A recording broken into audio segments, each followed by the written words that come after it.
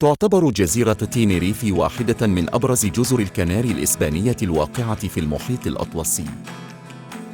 يعود تاريخ هذه الجزيرة إلى آلاف السنين، حيث سكنت الجزيرة الشعوب الأصلية المعروفة باسم الغوانش. العصور القديمة. كان الغوانش من سكان تينيريف الأصليين، وكانوا يعيشون في الجزيرة قبل وصول الإسبان. استخدم الغوانش الكهوف كمسكن لهم، وكانوا يعتمدون على الزراعة وتربية المواشي، وكان لديهم نظام اجتماعي وديني خاص بهم. الفتح الإسباني. في القرن الخامس عشر بدأ الغزو الإسباني لجزر الكناري، وفي عام 1494 قاد ألفونسو فرنانديز دي لوغو حملة لاحتلال تينيريف. بعد معارك شديدة مع الغوانش، تمكن الإسبان من السيطرة على الجزيرة في عام 1496. أدى هذا الفتح إلى إدخال الديانة المسيحية وتغييرات كبيرة في بنية المجتمع الغوانشي. الحقبة الاستعمارية. خلال القرون التالية، أصبحت تينيريف مركزاً تجارياً مهماً بين أوروبا وأمريكا. ازدهرت الزراعة، خاصة زراعة قصب السكر، مما أدى إلى توافد العديد من المهاجرين الأوروبيين إلى الجزيرة.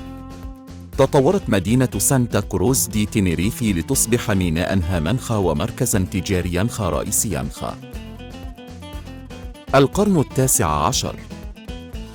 شهد القرن التاسع عشر تغييرات سياسية واقتصادية كبيرة في تينيريف. أصبحت جزر الكناري مقاطعة إسبانية في عام 1821.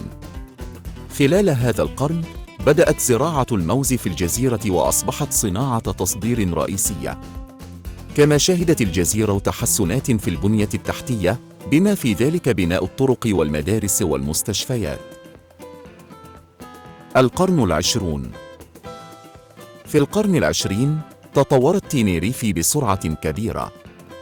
خلال الحرب الأهلية الإسبانية من 1936 إلى 1939 كانت الجزيرة تحت سيطرة الفرنكويين.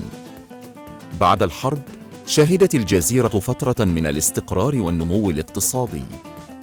في السبعينيات أصبحت تينيريف وجهة سياحية عالمية بفضل شواطئها الجميلة ومناخها المعتدل. العصر الحديث. اليوم تعد تينيريف واحدة من أهم الوجهات السياحية في العالم، حيث تجذب ملايين الزوار سنوياً. تعتبر السياحة الدعامة الأساسية لاقتصاد الجزيرة إلى جانب الزراعة والخدمات. تقام في تينيريف العديد من المهرجانات الثقافية والفنية، مثل كرنفال سانتا كروز دي تينيريف الشهير، الذي يعتبر واحداً من أكبر وأهم الكرنفالات في العالم. الثقافة والتراث. تحافظ تينيريف على تراثها الغني من خلال المتاحف والمواقع الأثرية التي تروي تاريخ الجزيرة من فترة الغوانش وحتى العصر الحديث. تتميز الجزيرة بتنوعها الثقافي، حيث يمكن للزوار استكشاف القرى التقليدية والمباني التاريخية والاستمتاع بالمأكولات المحلية اللذيذة. الطبيعة والبيئة. تتميز تينيريف بتنوعها الطبيعي الخلاب، من الشواطئ الرملية إلى الجبال الشاهقة. يعتبر جبل تيد، وهو أعلى قمة في إسبانيا، واحداً من أبرز المعالم الطبيعية في الجزيرة. تم إعلان الحديقة الوطنية لجبل تيد كموقع تراث عالمي من قبل اليونسكو، وهي تجذب العديد من الزوار والمغامرين سنوياً. الخاتمة. تعتبر تينيريف جزيرة ذات تاريخ طويل وغني، مليء بالأحداث والتغييرات التي شكلت هويتها الحالية. من السكان الأصليين الغوانش إلى الفتح الإسباني والنمو السياحي الحديث، تظل تينيريف شاهدة على تداخل الثقافات والتاريخ والطبيعة في بقعة صغيرة من المحيط الأطلسي. إذا أعجبك هذا الفيديو، فلا تنسى الاشتراك في القناة والضغط على زر الإعجاب ومشاركته مع عائلتك والأصدقاء. شكراً لكم على دعمكم.